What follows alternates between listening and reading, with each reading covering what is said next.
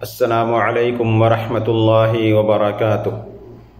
معزز ناظرین کرام، مسلم معاشرے میں دن بدن اللہ تعالیٰ کے علاوہ ماں باپ یا دیگر مخلوقات کی قسمیں کھانے کا رواج بڑھتا جا رہا ہے، اور اب تو دیکھنے میں آتا ہے کہ ہمارے بعض نوجوان اپنے حلق کو ایسے پکڑ کر کے قسم کھاتے ہیں۔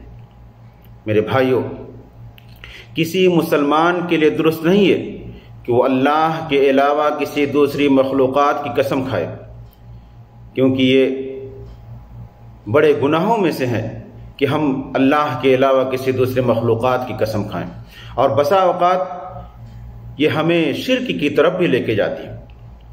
اللہ کے رسول صلی اللہ علیہ وسلم فرماتے ہیں، من حلف بغیر اللہ فقد اشرک، جس نے اللہ کے علاوہ کسی دوسری مخلوقات کی قسم کھایا، کسی دوسری چیز کی قسم کھایا، تو اس نے شرک کیا۔ اس لیے میرے بھائیوں، ہمیں ان سے بچنا چاہیے، کیونکہ اللہ کے رسول صلی اللہ علیہ وسلم نے ہمیں ان سے منع کیا۔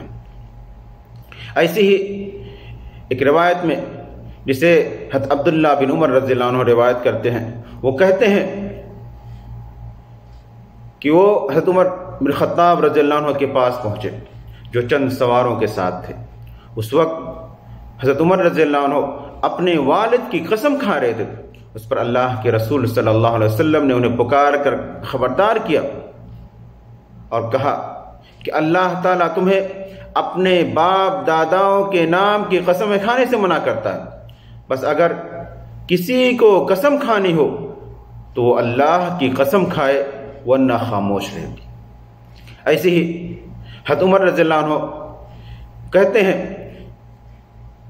کہ مجھ سے اللہ کے رسول صلی اللہ علیہ وسلم نے فرمایا، ان اللہ ینہاکم ان تحلفوا بآبائکم، کہ اللہ تعالیٰ تمہیں منع کرتا ہے کہ تم اپنے آبا و اجداد کے نام کی قسمیں کھاؤ۔ تو حضرت عمر رضی اللہ عنہ کہتے ہیں کہ جب سے میں نے اللہ کے رسول صلی اللہ علیہ وسلم سے اس بات کو سنا ہے، اس وقت سے نہ تو میں نے اپنی زبان سے اللہ کے علاوہ کسی دوسرے کے نام کی قسمیں کھائی ہیں، اور نہ ہی کسی دوسرے کی قسم کو میں نے نقل کیا۔ تو میرے بھائیوں، ہمیں اللہ کے علاوہ کسی دوسرے کی قسم کھانے سے بچنا چاہیے۔ اللہ تعالیٰ سے دعا ہے کہ اللہ تعالیٰ ہمارے زبان کی حفاظت فرمائے اور انجانے میں ہونے والی غلط قسموں کو معاف فرمائے۔ آمین۔ وآخر دعوانا الحمد للہ رب العالمین۔